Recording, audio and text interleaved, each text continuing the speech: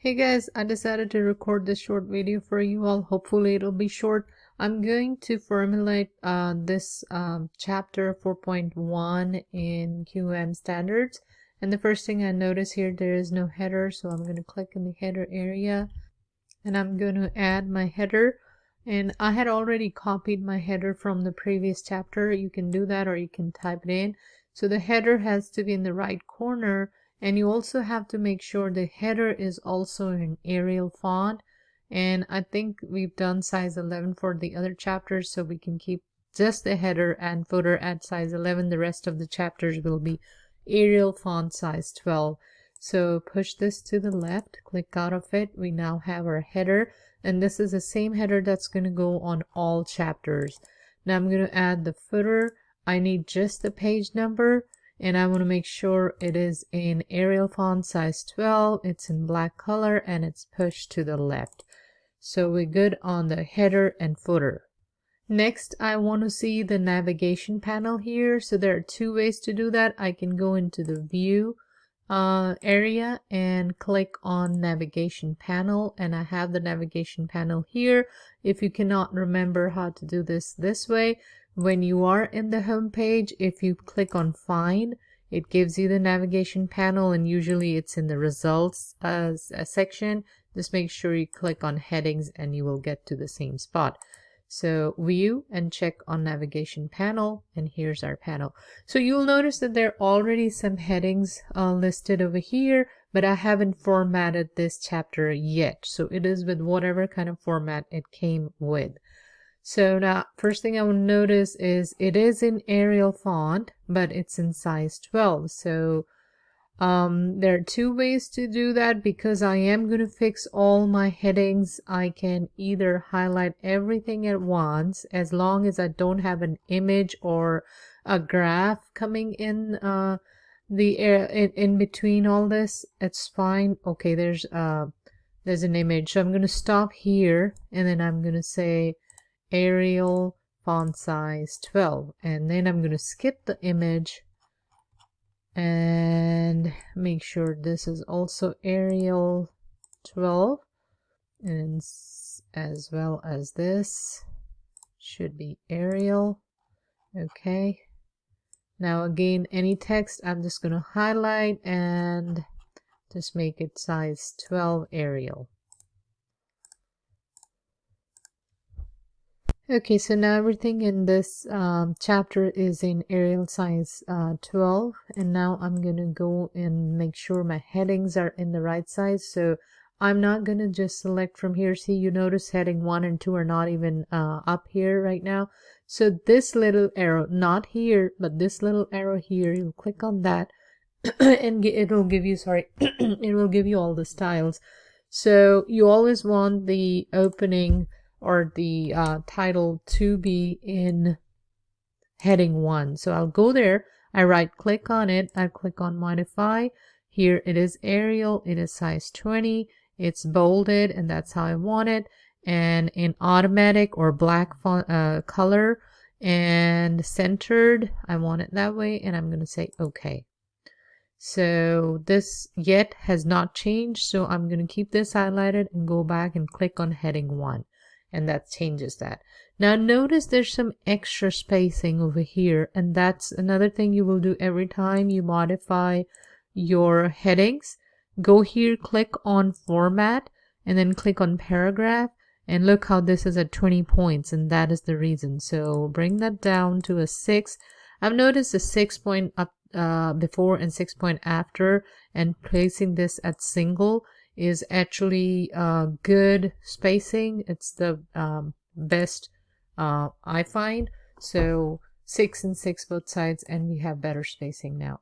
So this one in our other chapters, I think we have kept it at heading 2. So again, I'm going to go to heading 2. I'm going to right click and click on modify. Heading 2 are also going to be Arial, but size is going to be 18. Bold, and we're going to keep these on the left. And then before I click out, I'm also going to check the spacing. So I'm going to go to format, paragraph. Now I don't want 18, I want 6 up here before and 6 after. and then single spaced, not multiple or double, and OK and OK. Again, you notice nothing happened, so you have to go back here and push heading 2, and then that's when the change takes effect. So here now we have an extra space. Remember, spacing is very important. You will remove any extra spaces to make sure our document is readable. Okay, now the attribution has been placed up here. I am going to move these to the bottom of the document like we discussed, and like right here, and I'm going to worry about it later. Right now I'm just going to leave it down there. Another thing, I remember that we removed this from our, or we have it there, but we don't call it chapter 4. It's kind of like a unit, and the chapter is actually chapter 4.1. So I'm going to make that change here, 4.1. I'll remove this, and the chapter's title is actually not Professional Communication, but this chapter is called Writing Resumes. So again, we have heading 1. I'm going to make this heading 2. But when I click on this, it says that this is already heading 1. Sometimes that will create confusion. So before you reset a heading to a different heading, make sure you clear it first, clear all, and then you say heading 2. That way this panel doesn't, the navigation panel is not confused. This is heading 1, this is heading 2. So now we have the text. This paragraph's okay, the spacing's fine. This is all in Arial font 12. There's some extra spacing here. Let's take that out. And now these are points. I do want them to be bulleted, so they are. This is normal. Check on these kind of things, you know, click on it and look at the styles. It's normal. Normal is fine. That means I'm not trying to get any extra attention to these. These are not headings. These are just points. So we can scroll down, types of resumes. It is a heading, if you see here, and it is under normal, but it is a heading. These points were not headings, so we need to fix this. So it's not normal, clear all, and heading 2. It has to be the same as the heading we gave up. Oh, never mind. This is our title, so this cannot be heading 2. Now this will be heading 3. So I'm going to go here, do the same thing over again. Format, well, let me do this first. Arial. And heading 3, we'll set it to 16. Again, bold, and here you want to make it automatic or black. And then in the format, paragraph, 2 is 2 less, and then 6, and then single, okay, and okay. Again, nothing happened, so you're going to highlight again. It's still showing as heading 2, clear all, and then heading 3. Okay, now notice that there's still more space than you want over here.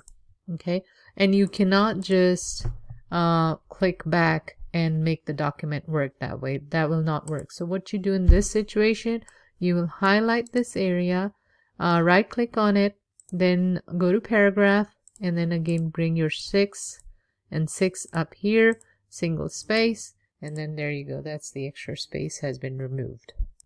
Okay, here we have a bulleted list already, and the spacing is a little bit more than I want, but when you are formatting your document, you want to make sure you highlight that area and re-click on the bullet area. The original bullets have been removed. Don't panic. Click again, and now you have the correct settings. And if you don't, all you need to do is right click again, go to paragraph, and in this case for bullets you want to really put it to 0, 0, single, and then say okay. Well, that actually took care of all that extra space, and this is how you want it to be versus with all these extra spaces here.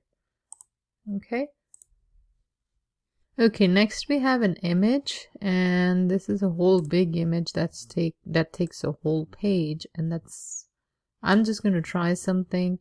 I don't want to have a whole empty page. If you see, this whole page is empty over here. So I'm going to try and see if I try to fit this in here, is it still large enough for us to read? And let me center this document. So it seems like we can go, no, it won't. So it's about this size. I think it's readable, it's decent. It's actually better than having a whole blank page, so I'm going to keep it like that. And in the same way, you will make sure your visuals fit into the text. But if it's something that absolutely cannot happen, then it cannot happen. But if you can fit it in there, that's what you would want to do. And in this case, the empty space is with the image. Unless I can edit the image, I'm going to go ahead and leave it that way. Another thing you want to be careful about is that when you're formatting your chapters, any hyperlinks are supposed to be in parentheses. I remember actually them saying being in brackets, but I have seen parentheses as well, so we'll put them in parentheses, and I'll double check. If it's different, I'll let you know.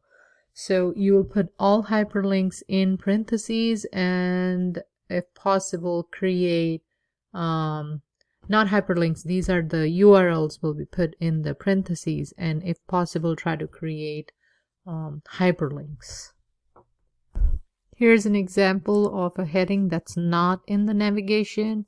It's the same document, but all you need to do is highlight the area, clear all, and then give it the heading you want it to have. Activities and resources.